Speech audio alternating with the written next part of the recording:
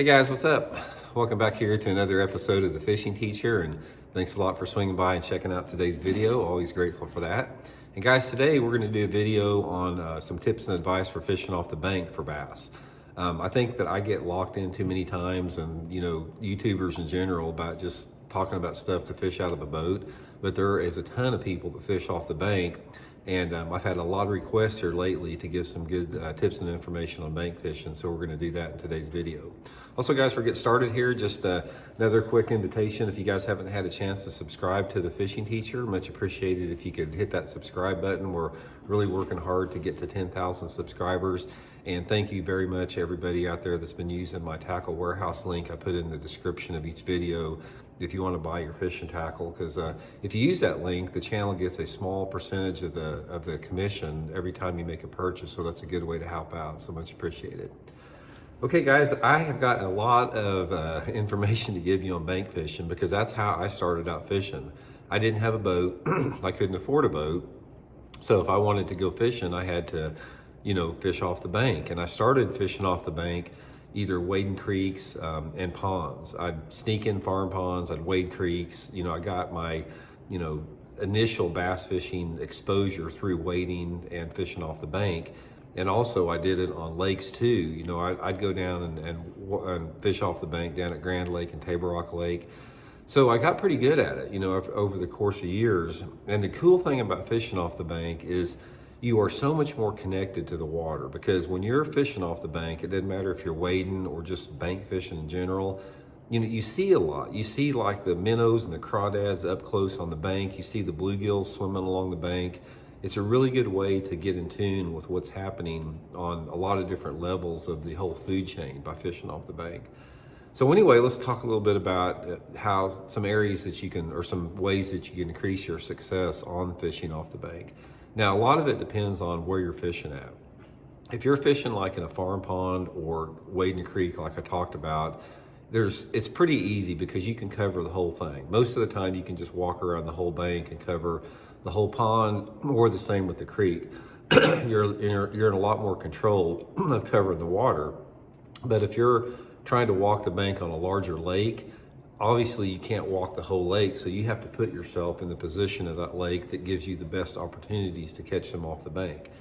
So we'll talk a little bit about both of those. First of all, let's talk a little bit about wading creeks and fishing ponds, and then we'll get into walking the bank on lakes a little bit. One of the things about fishing in creeks, if you fish in creeks, everything in a creek is about like eddies and deeper pools and any cover in those deeper pools. So when you're walking along a creek, most of the creek does not have any fish in it, because a lot of parts in the creek, you've just got a flat, it may be shallow and flat with no current breaks whatsoever or no cover. What you have to look for in general are the deeper holes, or like the bends in a creek where it will wash out and make an undercut bank and make deeper holes. And a lot of times those deeper holes are collection places for like stumps and log jams and that type of stuff.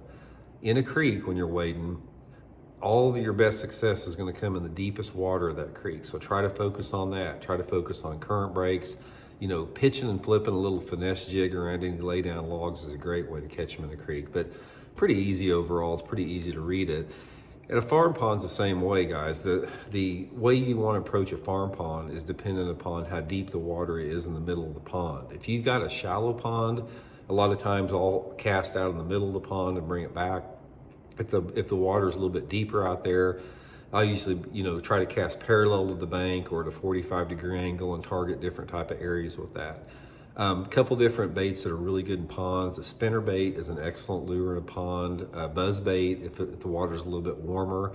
But probably the best pond bait that you're going to find is something like a Texas rig worm or a Cinco on a light sinker. That's a really good way to catch them. But a lot of it depends on the water visibility too. Overall, all the pond fishing I've done in my life, I've done the most successful technique I've ever had in a pond is fishing a spinnerbait tight to the banks or around any cover in that pond.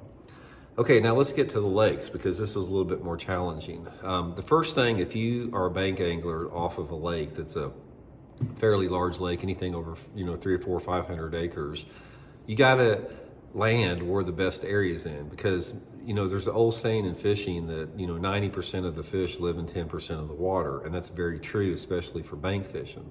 So this is what you need to look for when you're fishing off a bank.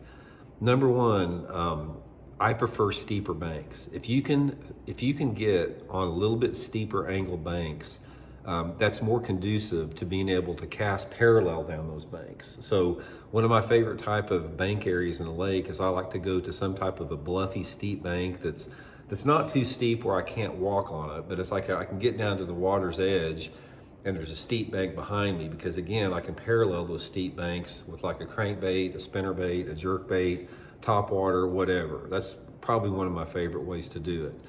Another place good place to fish on any type of lake is any type of a point. Get out on the end of those secondary points or main lake points, and you can just fan cast all around those points depending upon the time of the year.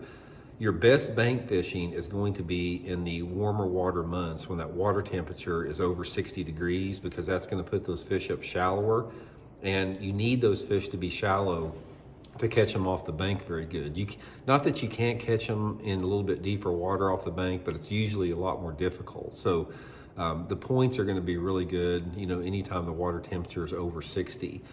Again, spinnerbait, top water, something that you can reel horizontally along the horizontal water column. Again, fan casting, lighter, Texas rigs, Cincos, wacky rigs, all that type of stuff can be good. And finally, guys, the third place I look for is the back ends of any creek or cove. Now, this is a good place, for fish a lot during the year. It's like in the summertime, there'll be a lot of fish back there feeding on bluegills. In the springtime, there's always a lot of fish shallow. So if you can find a way to get like to the back part of a cove or the back part of a creek, there's always going to be a population of fish back there around whatever shallow cover that you may have. And another really good bait, if you have the right water clarity, if you guys are walking the bank and you've got some fairly clean water, like water visibility of over, say, 3 or 4 feet, I have done really good either on a floating worm or a wacky rig. Now, you can take that floating worm and you can cast it parallel to that bank, and you can really target that 2 to 4 foot zone really effectively. And that's a really good way to catch them. And the same way with a wacky rig. If you've got fish that are cruising the bank, either feeding on bluegills or just up feeding on crawdads or whatever, just paralleling that bank with a wacky rig is another really good way to catch them. So anyway, guys, that's just, every lake is different. Every lake is going to have, features and characteristics unique to themselves. Some lakes will have grass, some lakes have different water clarities. So you just have to adapt that to the type of lake that you're fishing. But in general, on larger lakes, your key areas are going to be points, steep banks, and the back of coves and creeks is going to give you your best action. So hope it helps out. We'll talk later, guys.